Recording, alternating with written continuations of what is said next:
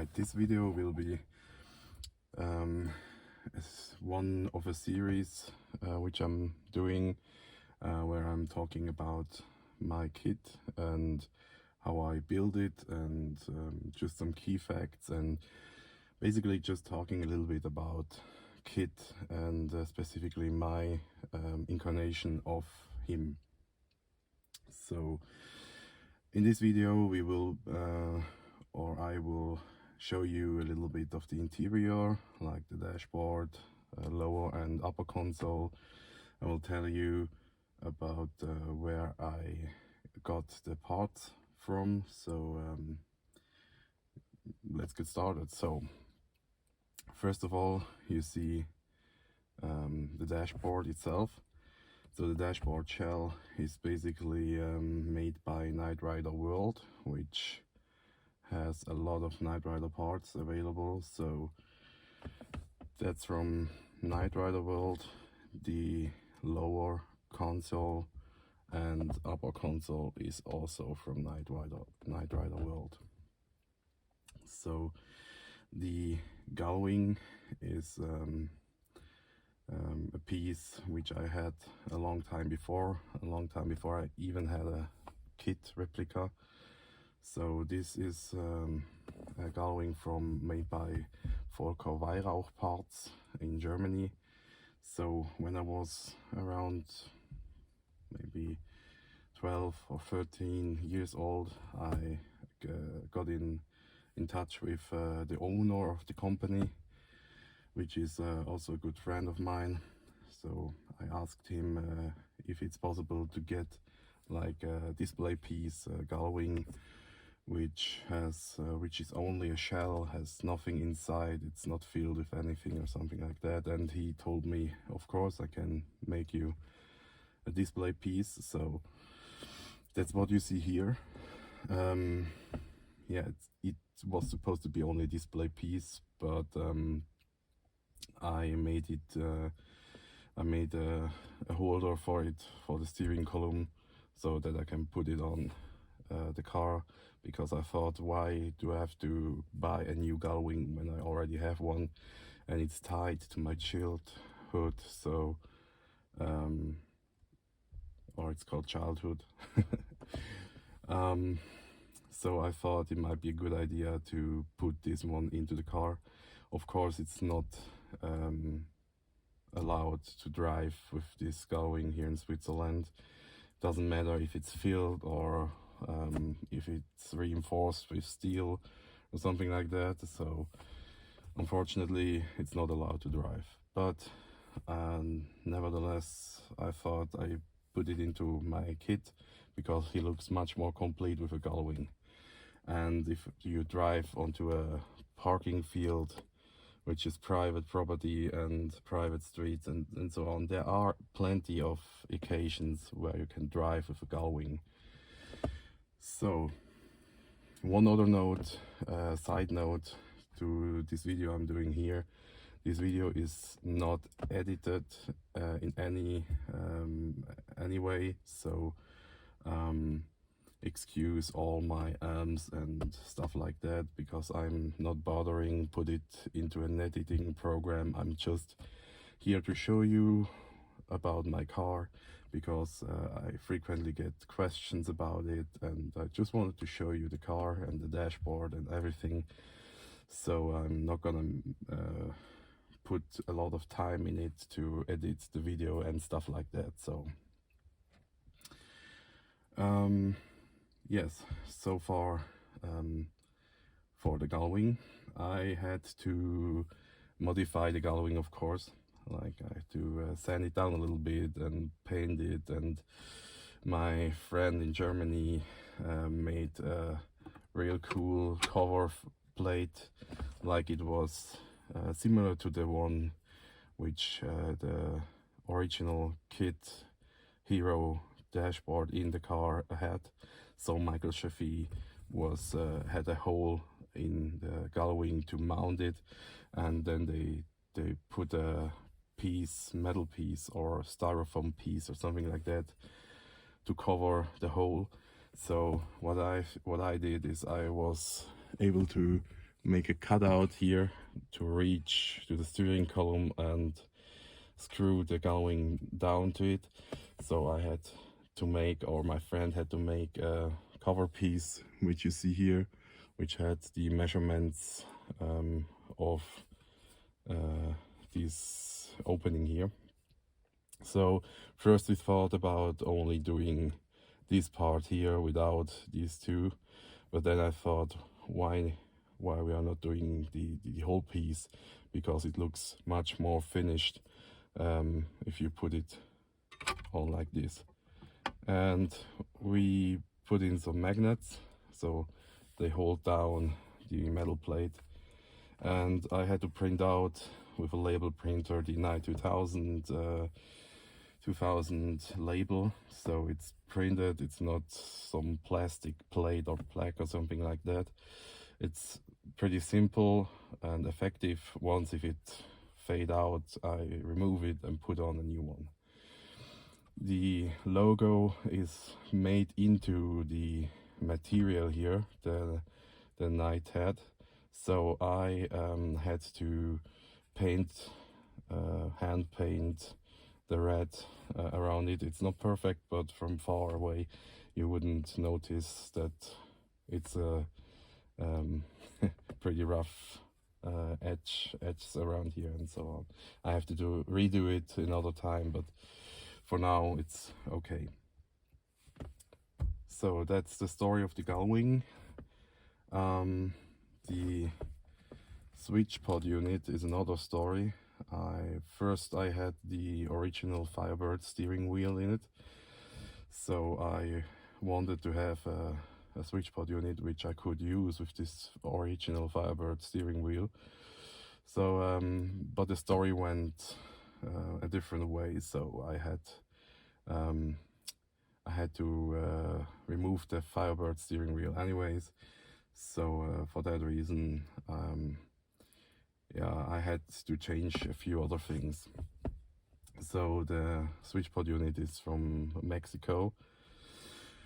K.I.T.T Customs, I believe, is the name. He makes really cool stuff, so his prices are not too high and he makes good quality stuff, so the material is stunning. It's great stuff. So if you ever have to make something custom for your kit, so he's one of the guys who can do the job. And for the switch pod, it's a little bit they are a little bit different than the ones you can buy from Knight Rider World in form of measurements. I gave him some other measurements because the steering column with the Grand adapter is a little bit shorter, so it's not that thick, so it's a little bit smaller, and I had to cut out some things so it's open on the underside, so for that reason it's different as well. Okay, so far for the switch pod.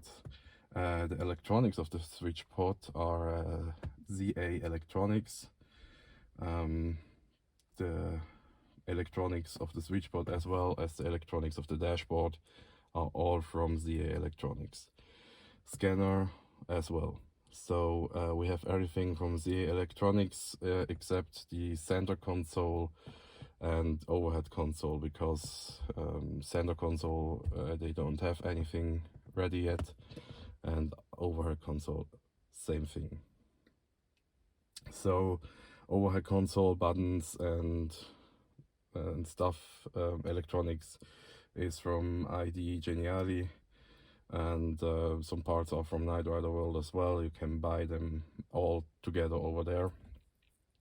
So they did a pretty good job. I choose the buttons from the overhead console. I can move the camera a little bit up here. So you see I have the overhead console with the non-illuminated buttons. I have the USB keyboard in here, so you can run a USB cable down to a computer, which I'm programming right now, so it's still a work in progress. The other buttons here and here, they are just a normal season, I believe season 2 buttons.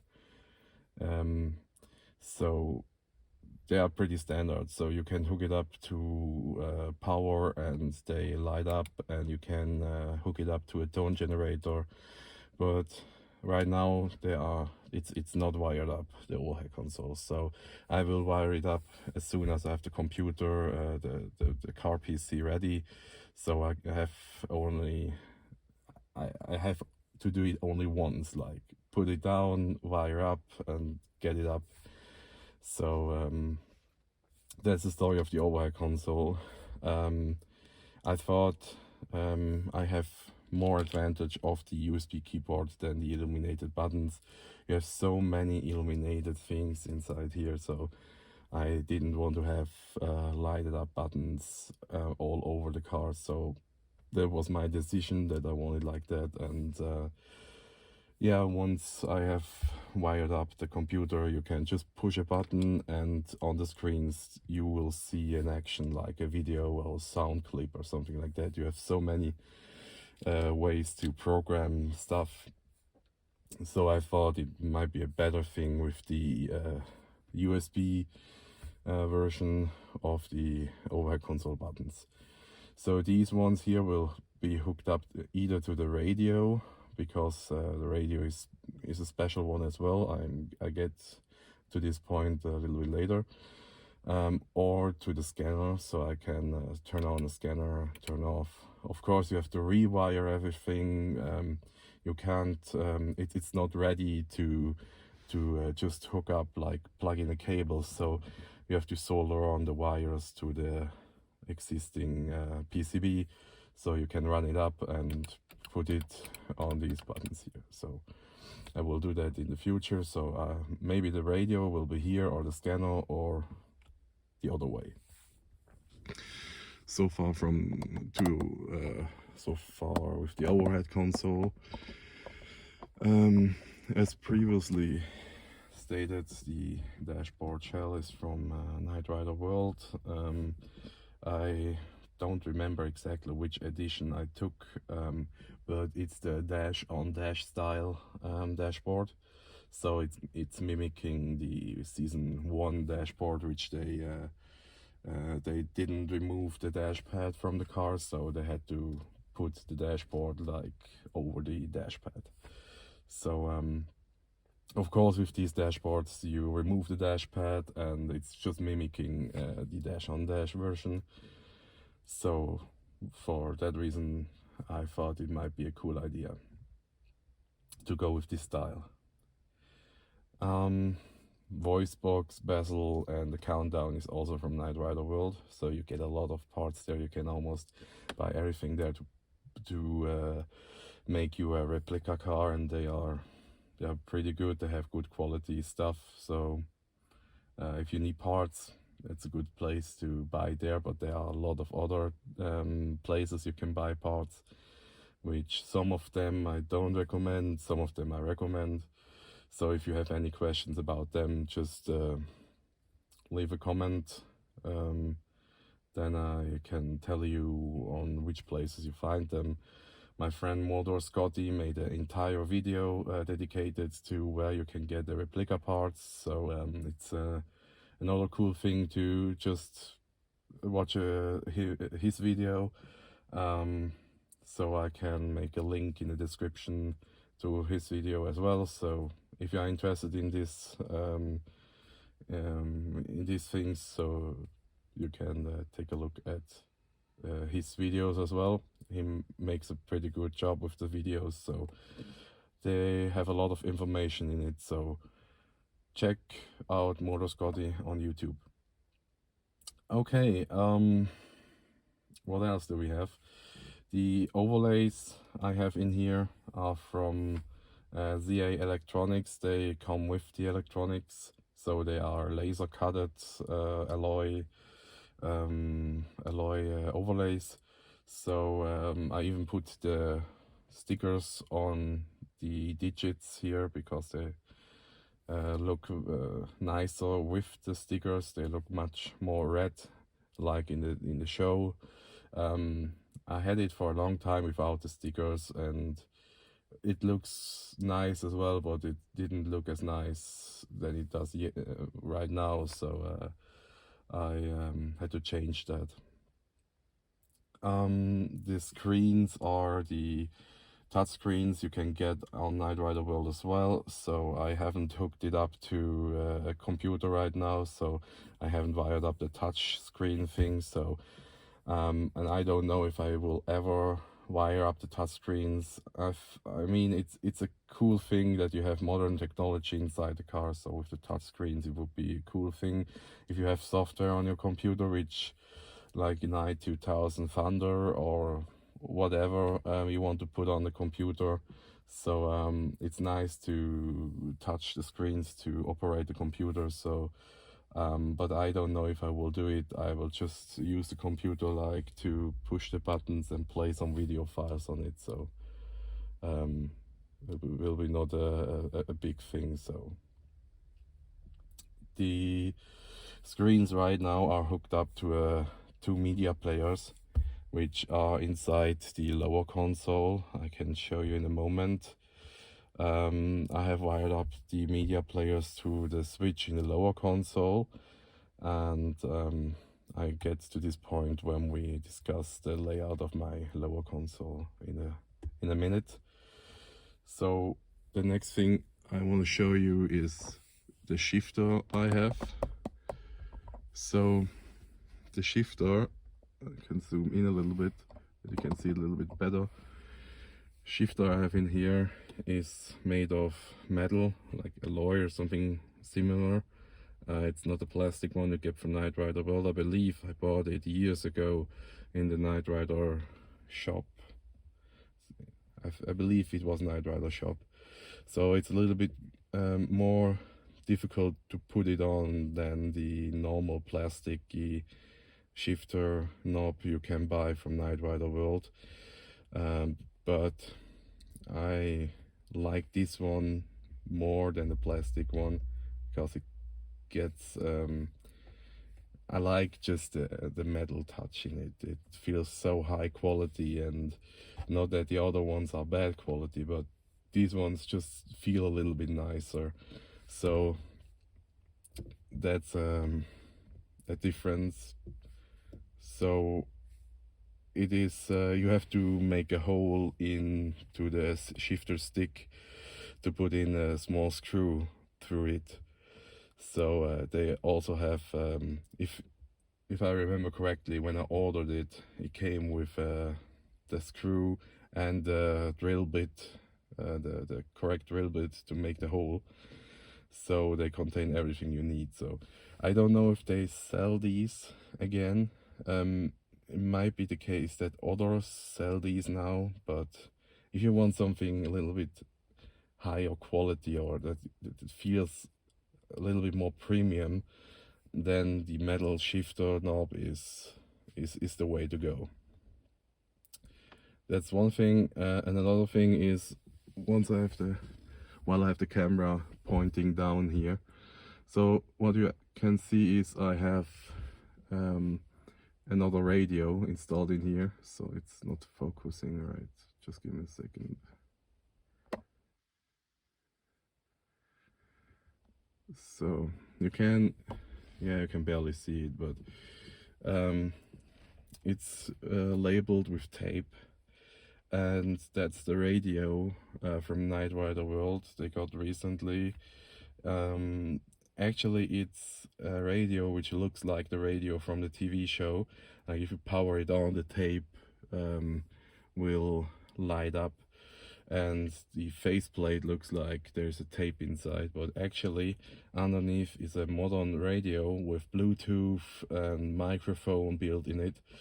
And the cool thing about it is it has an always on, always live input, so you can wire up the dashboard, which has so many sounds, to the radio. So it doesn't matter what source you have on the radio. Either you're listening to the Bluetooth over the Bluetooth to music or something like that, or you're just listening to a USB stick, you always hear the sounds from the dashboard. It's always on, and you have a separate volume control for that. So it's a fantastic radio if you want to have something in Knight Rider style with modern technology inside. So there are a lot of other radios, like some retro radios, retro car radios. They look pretty good, are very expensive.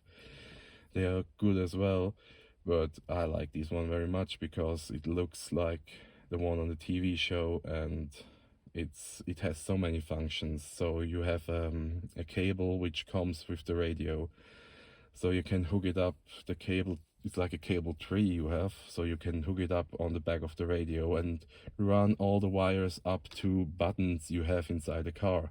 So you can control the radio with all your buttons inside the car, and that's a really cool thing. So that's the radio. You have a remote for the radio as well, so you can adjust so many things on it. So equalizer, you can move tracks, you can jump into folders and stuff like that. I personally use it just for the Bluetooth, so when I drive the car I connect my phone up to the Bluetooth, and the microphone built in it for the car phoning or whatever you for the car phone is pretty good. So I didn't expect that. Normally you have inside these electronics a little bit cheaper microphones, but the microphone is located in the radio somewhere, so the quality is pretty good actually. If I make a call inside K.I.T.T, they can hear me almost every single time without any problems.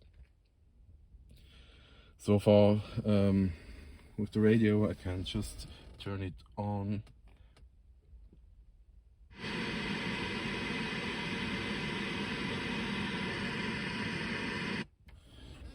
So you saw how it's lighting up, and if you turn it off, the light goes out again. So as you heard, I haven't hooked up the radio antenna. So you can do that if you have an automatic antenna and haven't removed it yet. It works with the automatic antenna, telescopic antenna. I had it hooked up before, so if you turn on the radio, the antenna will go up. That's it for the radio. I'll show you now my lower console. So the lower console has a little bit different layout than you imagine from the TV show. I made the layout by myself because I thought for the beginning I can just use off-the-shelf parts like these buttons. Some of them are switches, some of them are just push buttons, so I haven't hooked it up to this moment. I have some tone generators which I already soldered on to these buttons, so the sound will come from these buttons here as well. So that's one thing I will do in the future. So I put in this joystick for the mirrors because I have power mirrors. It's not hooked up yet. I just wanted to see if the glue holds the joystick in place. So for now it looks pretty good. Then I bought new window switches which are more series accurate. Mine were a little bit different, so I even had the Camaro style switches. So yeah, they have a little Windows sign or something like that, but K.I.T.T always had this up-down window switches.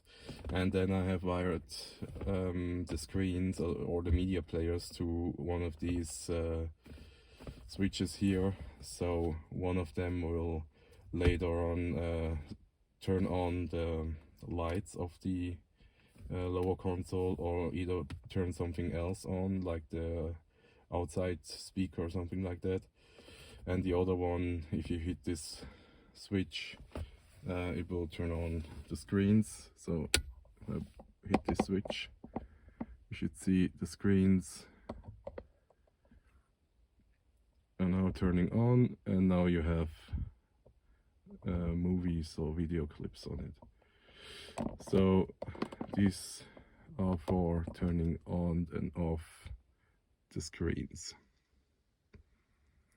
So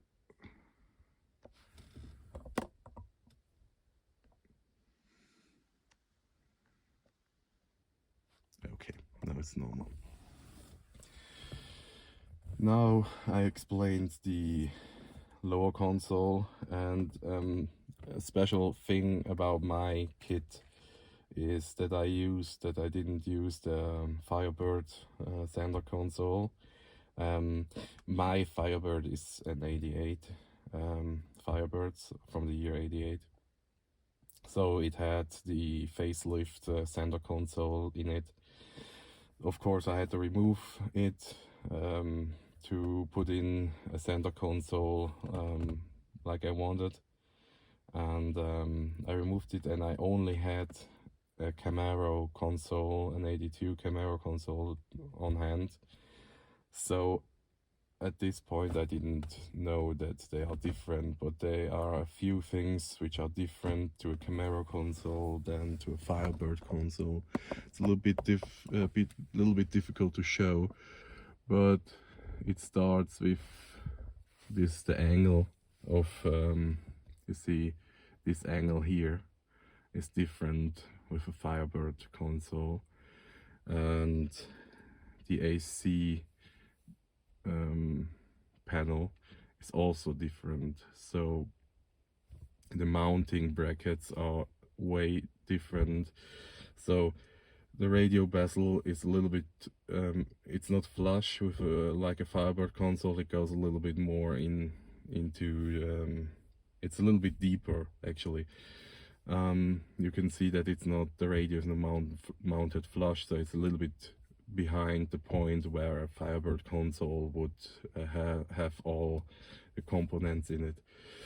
So it's a little bit different to explain all that stuff. So another thing is the shifter plate is different as well. So I had a little bit trouble with these.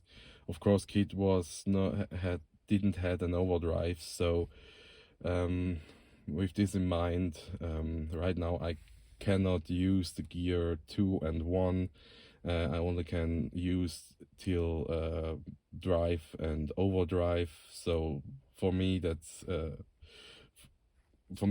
enough. So I don't use these other gears that much. So it's okay. But once you wouldn't have this overdrive like K.I.T.T had, will be plenty of space to shift up and down. So that's another story. But now we just zoom back so I can show you how the power on cycle of the dashboard looks. So once if you power on the dashboard, it goes like this. Ich bin die Stimme des Mikroprozessors des Modells 2000 von Knight Industries, K.I.T.T für den einfachen Sprachgebrauch. Oder K.I.T., falls Sie das vorziehen. So the sound of the dashboard, as previously said, is wired up to the radio. So that means I don't have to use external speakers for the voice of K.I.T.T. So the voice of K.I.T.T comes out of every speaker inside the car. So that's a thing I always wanted. So sometimes people say that they just want to hear K.I.T.'s voice from the front, like he's talking to you from here. So they want to mimic like the voice of K.I.T.T coming from the voice box. So they only use 1 or 2 speakers in front. So I like if it comes from all of the speakers. So the radio was a really good choice for that. So the ZA Electronics is a very cool electronics set because it has so many functions. I will not go into deep details in this video with the functions of the dashboard. This video here is just a small overview of my kit and what's different in my kit than normal kit replicas and stuff like that. So if you are interested in a video which I'm explaining the dashboard electronics, and I'm sure there are already videos out there which explain the functions of this car and the electronics. So if you want to have something from me, so just write it into the comments, then I will consider making a video like this with all the functions. So I have the controls of the dashboard electronics is mounted underneath the switch port unit under here. It's not visible, so I have once if I have to make any settings, I have to reach here and then I have to push one of these buttons which are glued on the underside to go through the settings of the menu. So what you see right now is the standard settings. So you can't actually see from this angle the message display, but that's a thing which is a little bit different on my kit as well. So I just move the camera a little bit. So now you can see the message board. It says all the informations of the car, like how much fuel, oil pressure and stuff like that. And you can switch it, of course, to things K.I.T.T had in the show, like auto cruise and altitude and all that stuff which was on the message board in the TV show. But right now it's showing just information about the car, and you will see that this one at my kit is green instead of blue. So I had the choice between green and blue, and I told him I want to order this specific dashboard electronics of my kit with the message board in green. You might ask why, and that's something I usually answer with, it's my car, my rules, I like it. And I can answer this question in this video the same way. Another reason is I didn't like the fact that he has a blue display inside the car, which usually has red, yellow, green LEDs in it. So if you have a blue display in it, so it's sticking out a little bit too much for me. So that was one of the reasons as well. So I like the green display much more than the blue one, so everyone can give their car a little bit more personality. Like, I've built a car, and if I would want to have one really screen accurate, then of course I would go with the blue one. But you have to decide if you want to have a car screen accurate, as good as much as possible, or if you want to go the way with just have a car which shows a little bit of your own personality if you build it, so you make a few decisions and give the car a little bit of personal touch. So that's just my opinion of this. So that's another difference from my car to other cars. So a cool thing is that they give you these options. Like, you can tell them that you want it a little bit different. So for that reason, that's a cool thing ZA Electronics makes. So you can always decide whatever you want. but I think he's only giving the option to have either a green or a blue one. I don't know if he has actually other colors available. So that's one thing. The other thing is the switch pod unit I have inside here is right now only Soundboard. You can buy a relay card from ZA with different ports, so you can hook up various car functions to these buttons here. But right now I'm not willing to bother with the car electronics, mess with the cables of the car and so on. So I will not hook up anything to buttons, to custom buttons inside here. So for the moment it will only stay a soundboard. So maybe later we will do maybe later we will put in a relay board or something like that. And if you push one of these buttons, you will hear the sound like a turbo boost.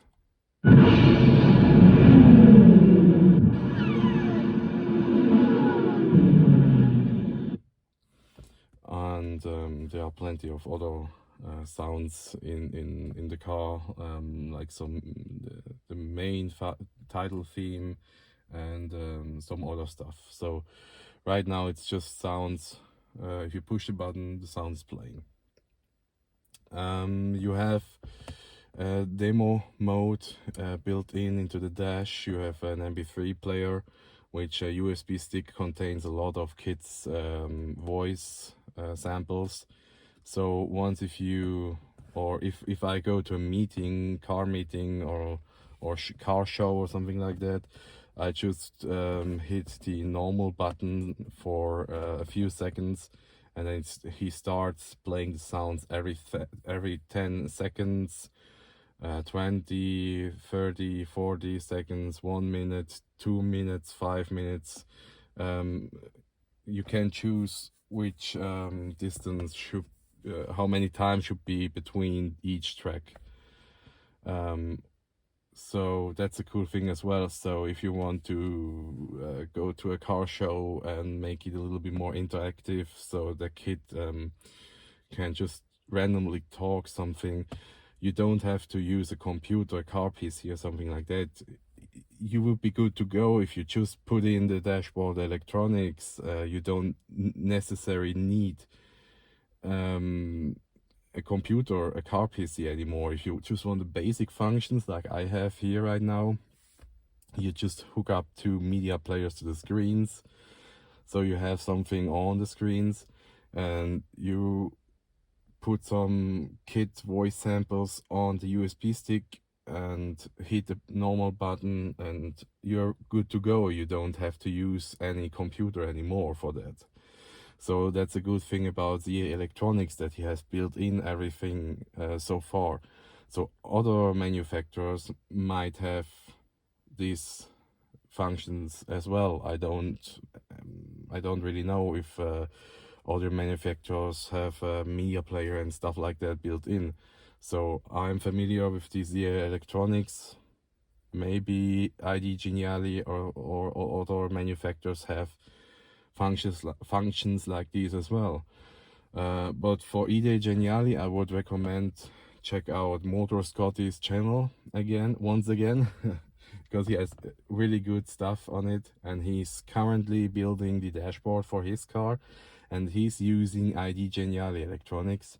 So follow his channel. He will update every few months, or if there is progress about the dashboard. So he has already a video which he describes the electronic set, so it's worth a look.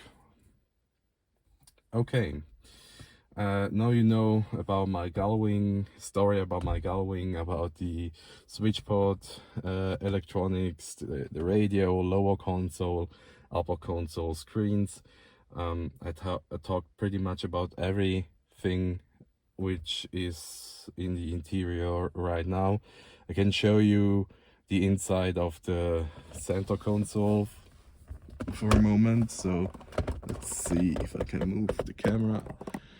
So right now you see a bag in here. This bag just contains the screws and the horn button for the round steering wheel. Right now the change of the steering wheel is a little bit complicated. I've always get a screwdriver and remove the screws and put the round steering wheel on it and put in the screws again, and it's a mess. But you get used to it. In around 5 or 10 minutes you have exchanged the steering wheel. And I'm thinking about putting in quick release adapter, but yeah, maybe I will do that in the future, maybe not. I'm thinking about that, but for right now it's okay. So another thing I have inside here, so that you see what things are usually inside my kit. This one is the remote for the radio. So it's just the normal standard remote you get with these electronics these days. So that's one thing. Another thing is the remote for the media players. It's actually a little bit difficult sometimes to control them because they both are the same manufacturer. So if you want to control one of them, you have to cover the infrared detector on the front, so you only control one of them. So that's a little bit a struggle sometimes, but you get used to it. That's one remote. Of course, there's a second remote somewhere. I have here these walkie-talkies inside the car, so you never know when you need some of these. When you're doing a road trip or something like that, it's always nice to have some walkie-talkies inside the car already. These are the two media players. Just put this one on one side. The two media players inside here. You see, these are K.I.T.T HD media players, mini 1080. I have two small USB sticks, 16 gigabytes I believe inside them. So they have some clips of the show and display animations on it. You can find the display animation online on YouTube. There's a channel which uploads frequently some display animations. The media players are powered from a USB socket. The USB socket I wired up to the cigarette lighter. So he takes the power from there. So I just put in a USB outlet, and these two cables go to the K.I.T.T media players, which are wired up to the switch I showed you earlier on the center console. So if I hit the switch, it just turns off the media players. And there's not much else inside the center console.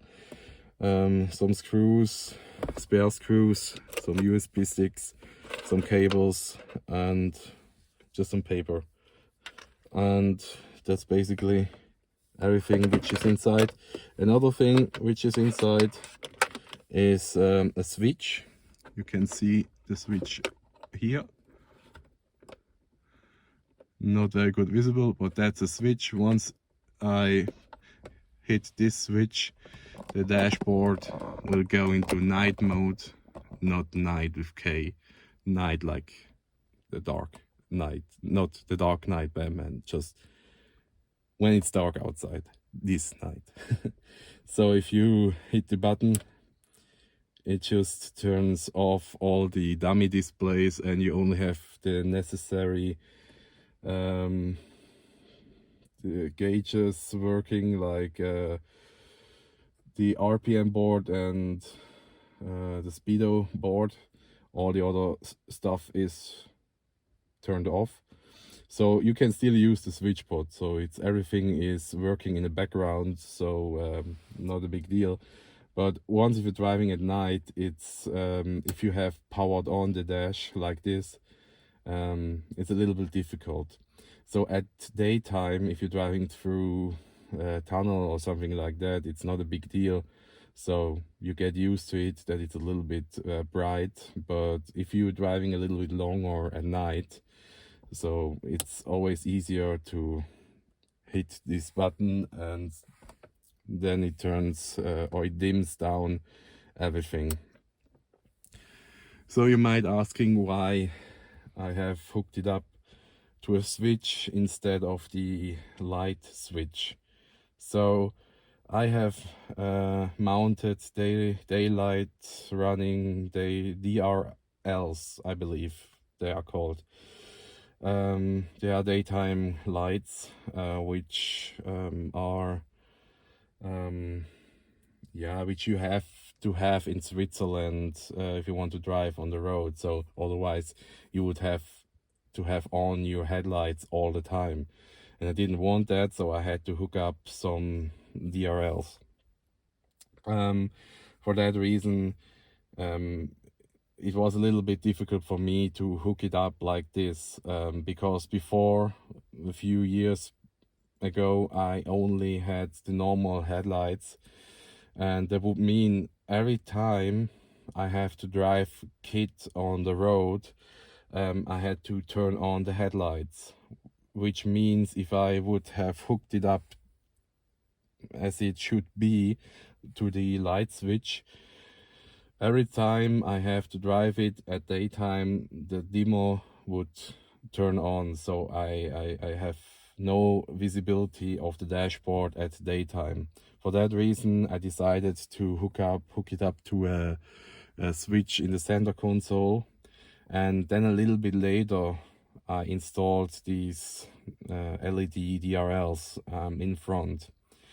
So it's not actually necessary anymore to hook it up to a separate switch, but I thought it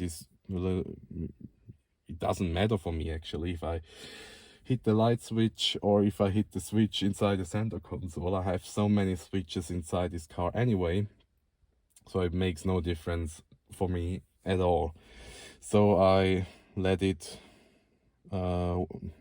be like with the switch in the center console. So now you know the story about that. I hope it wasn't too confusing.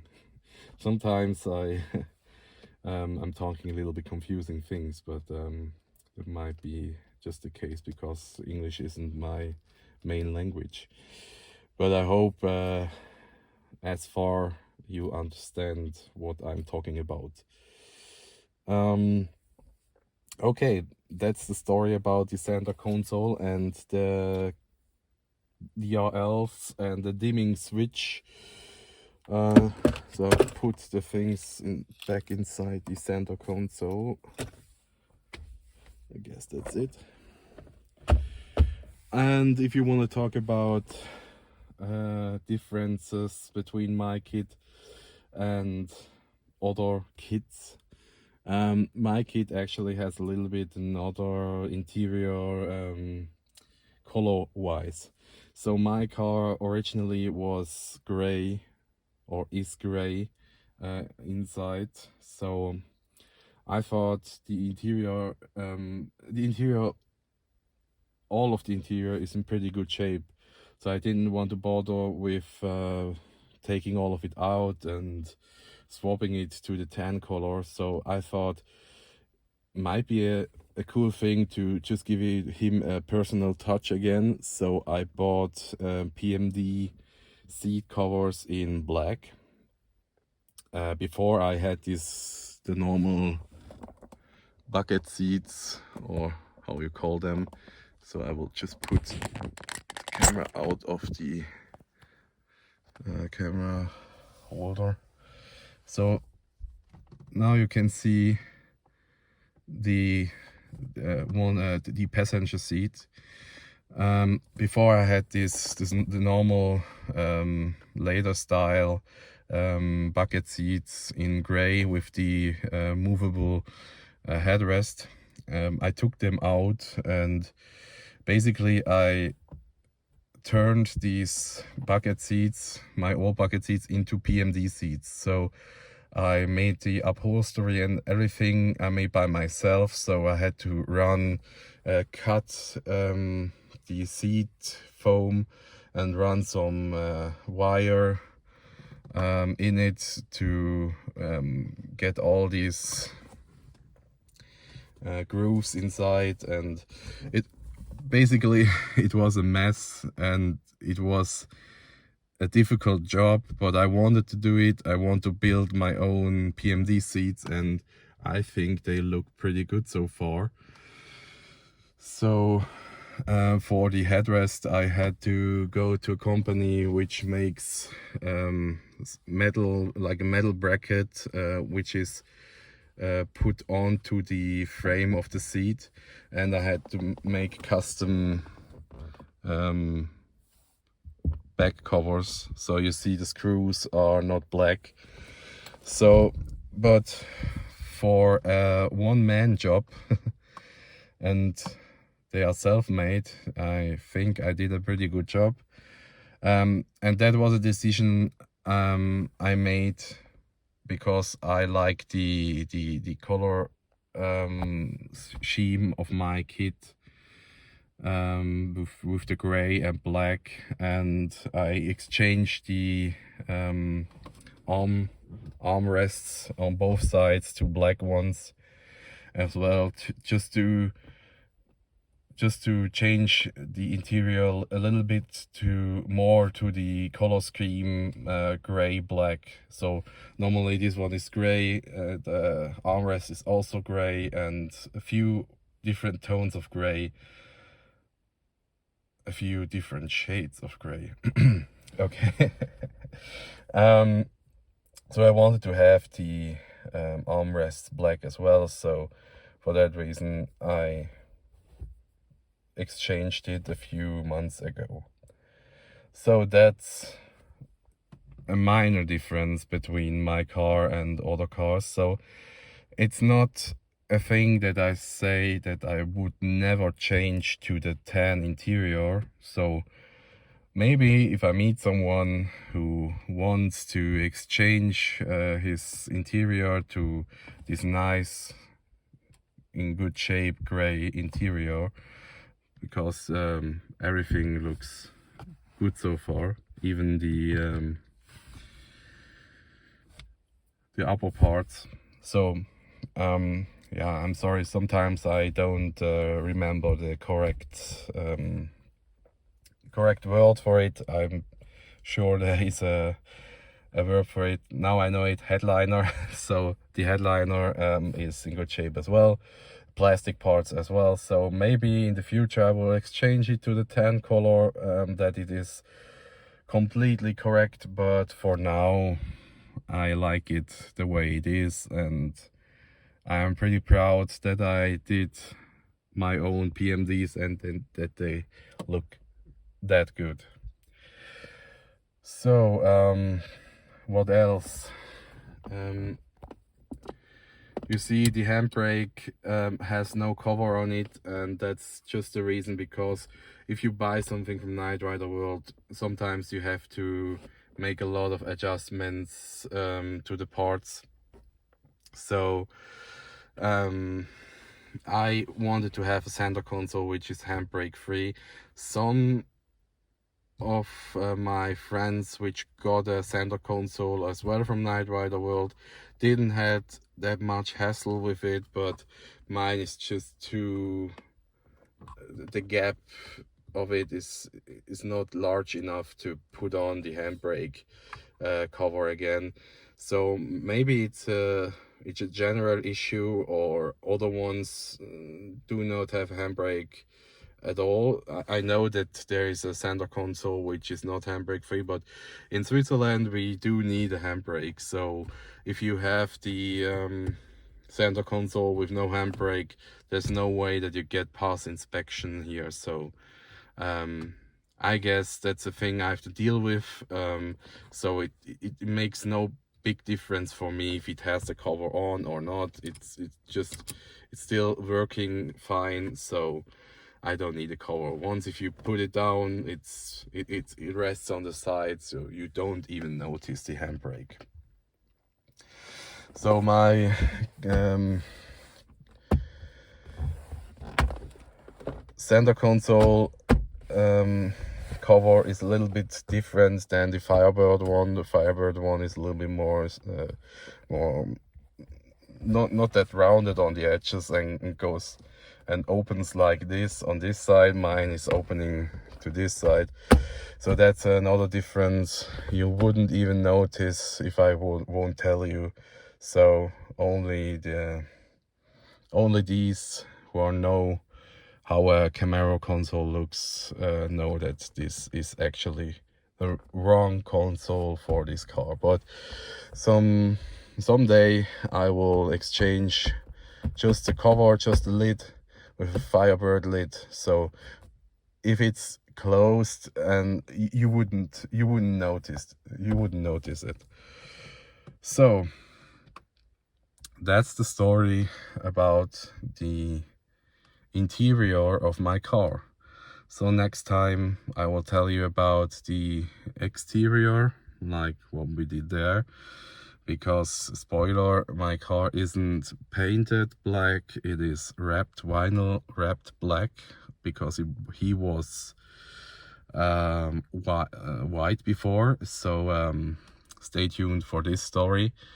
And don't forget to like and subscribe to my YouTube channel, and don't forget to take a look at Motor Scotty's YouTube channel as well, because he has tons of videos about his own car, which he goes into much more detail about the mechanics of the car, like restoring it, exchanging things and stuff like that. So it's worth a view. If you have any questions about my car, feel free to ask. I will answer all the questions as good as I can. If there are some questions which are repeated, like more than 2 or 3 times, I will make a dedicated video, or will answer it in another video pretty soon. So that's it for the moment. As always, thanks for watching, and keep your scanners peeled.